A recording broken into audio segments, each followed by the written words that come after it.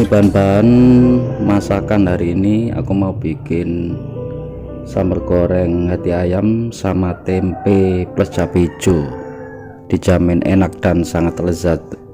Ini bahan-bahannya aku jelaskan satu persatu. Ini ada irisan hati ayam yang sudah aku rebus matang, ini irisan tempe, ini daun bawang tergantung selera aja, ini irisan cabai hijau, ada irisan bawang putih, irisan bawang merah, ini irisan bawang bombay atau tergantung selera aja. Ini ada lengkuas sama daun salam. Ini cabai kecil yang sudah aku iris tipis-tipis, setengah sendok makan gula putih sama garamnya secukupnya. Ini kaldunya kaldu Royco secukupnya aja, kecap manisnya secukupnya. Aku pakai saus tiram nanti secukupnya. Oke, langsung kita mulai masaknya hari ini.